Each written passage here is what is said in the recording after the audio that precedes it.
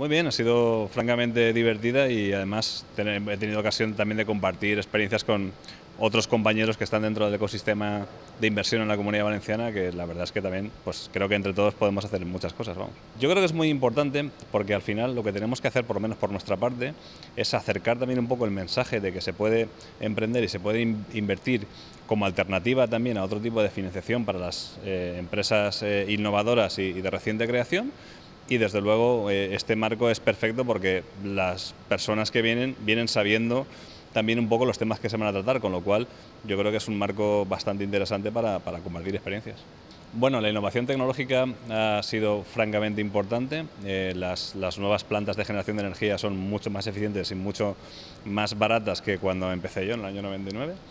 Y todo esto viene sin duda también de la mano pues, de la apuesta de determinados gobiernos, no siempre el nuestro, porque este tipo de energía pues vaya hacia adelante. Entonces sí, vivimos un momento en el cual podemos hacer una nueva migración hacia nuevos modelos de energía.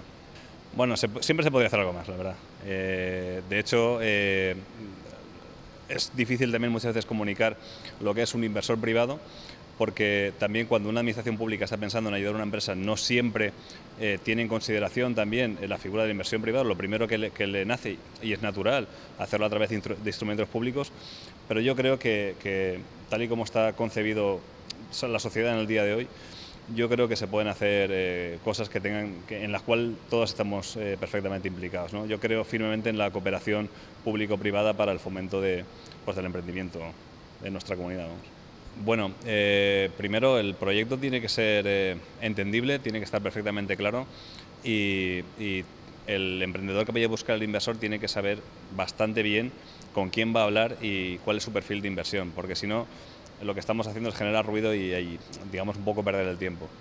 Hemos avanzado mucho en la comunidad en cuanto a sistemas de emprendimiento, a aceleradoras y en cuanto a, digamos, unión de los inversores para acometer proyectos en conjunto, pero yo creo que falta mucho más, o podemos avanzar mucho más a la hora de comunicarnos entre nosotros, porque hablamos idiomas distintos y no siempre es fácil.